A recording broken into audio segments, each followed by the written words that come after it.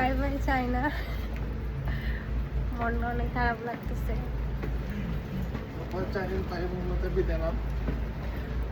ইনশাআল্লাহ আরেকবার আসবো, আরেকবার আসবো।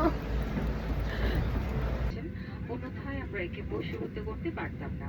নিশ্চয়ই আমরা আমাদের প্রতিপালকের নিকট প্রত্যাবর্তন করব।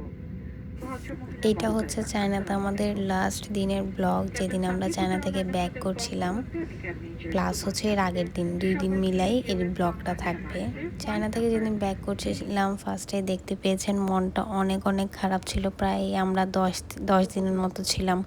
সো এখানে থাকতে থাকতে অভ্যাস হয়ে গেছিলো, লিটারেলি ওখান থেকে আসতেই মন চাচ্ছিল না। আর চায়নার সব কিছু এত বেশি সুন্দর, এই ব্লগে আমি আপনাদেরকে তেমন কিছুই দেখাবো না, জাস্ট শপিং দেখাবো। এখানে এত সুন্দর সুন্দর, এত কিউট কিউট স্টাফস পাওয়া যায়, জিনিসগুলো পাওয়া যায় যে আপনার মন চাইবে সব কিছু নিয়ে নিই। এখানে কি নেই বলেন, আপনি যে কোনো কিছু এখানে পাবেন। যেটার ব্যবসা শুরু করতে চান না কেন, আপনি এখানে গেলে আপনি প্রত্যেকটা জিনিস অ্যাভেলেবেল পাবেন। ক্রোকারিসের বিজনেস শুরু করতে পারেন, ক্লথিংয়ের বিজনেস শুরু করতে পারেন, আরও অনেক অনেক কিছু, ইলেকট্রিক্যাল জিনিসের, ইলেকট্রনিক্সের, মানে যার যেটা ইচ্ছা ওইভাবে আপনারা ব্যবসা শুরু করতে পারেন। ব্যাগের বিজনেস শুরু করতে পারেন, এখানে ফ্লাওয়ারের বিজনেস শুরু করতে পারেন, মানে এখানে যার যেটা ইচ্ছা ওইটা দিয়ে আপনারা বিজনেস শুরু করতে পারেন চায়নার থেকে প্রোডাক্ট সোর্সিং করে।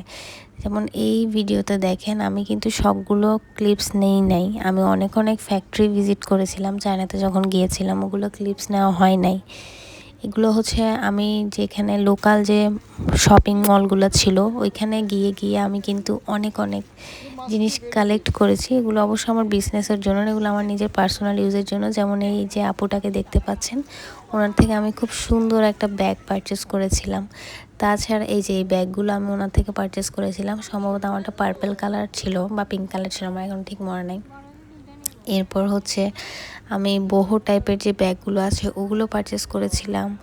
এরপর এখানে দেখেন কি কিউট কিউট জিনিস, এখানে এমন মন চাচ্ছিল যে সব কিছু নিয়ে নিই। এখানে এত কিউট কিউট পুতুল ছিল, মানে এত। আর এখানে তো বাচ্চারা আসলে লিটারেলি পাগল হয়ে যাবে, এক একটা কর্নার।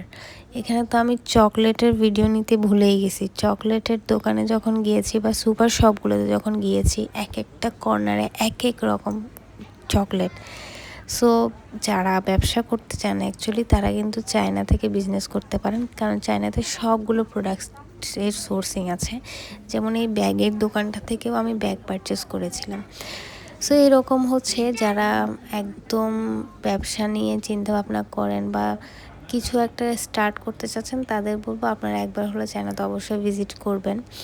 আমি আসলে অত বেশি ডিটেলসে দেখাতে পারি নাই, কারণ আমি ওভাবে ক্লিপস নেওয়াই হয়নি। আর লাস্ট দিন আমরা কিন্তু চায়নার ফ্রাইড রাইস ট্রাই করেছিলাম।